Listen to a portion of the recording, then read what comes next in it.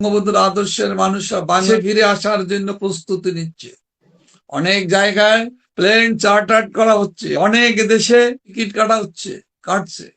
18 কোটি মানুষের কাছে ফিরে আসবে, মানুষের দুঃখ দুর্দশা দূর করার জন্য, মানুষকে বিপদ থেকে রক্ষা করার জন্য, গণতন্ত্র উদ্ধারের জন্য, মানুষের ভাগ্য পরিবর্তন করে ভাগ্যত মানুষের ভাগ্য উন্নয়নের মধ্য দিয়ে আবার দারিদ্রতা বিমোচন করে স্মার্ট বাংলাদেশ বিনির্মাণের জন্য তিনি আশার যে পবিত্র ঘোষণা দিয়েছেন, সেই ঘোষণার সাথে বাংলাদেশের মানুষ আজকে উজ্জীবিত। সারা পৃথিবীতে আলোড়ন সৃষ্টি হয়েছে, তোলপাড় শুরু হয়েছে।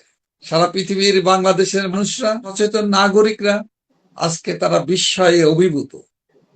একজন দেশপ্রেমিক নেতাই ফাঁসির ঘোষণা দেওয়া একজন মানুষ কিভাবে, কোন সাহসে তিনি বাংলাদেশে ফিরে যেতে চান, বাংলাদেশে ফিরে যাবেন এবং একথা তিনি বলেছেন আন্তর্জাতিক গণমাধ্যম রয়টার্সের মতো সংবাদ সংস্থার মাধ্যমে। বঙ্গবন্ধুর আদর্শের মানুষরা বাংলাদেশে ফিরে আসার জন্য প্রস্তুতি নিচ্ছে।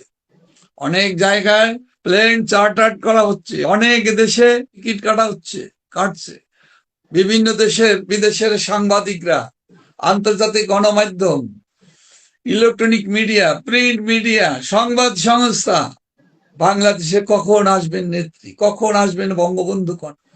বঙ্গবন্ধু কন্যা ঘোষণা দিয়েছেন 14 লক্ষ নেতা কর্মী, বঙ্গবন্ধু কন্যা সহ, যাদেরকে বিভিন্নভাবে মিথ্যা মামলা দিয়ে হয়রানি করা হচ্ছে, গ্রেপ্তার করা হচ্ছে, সবাই সেদিন আমরা আদালতে আত্মসমর্পণ করব দেশরত্ন শেখ হাসিনার নির্দেশনা অনুযায়ী।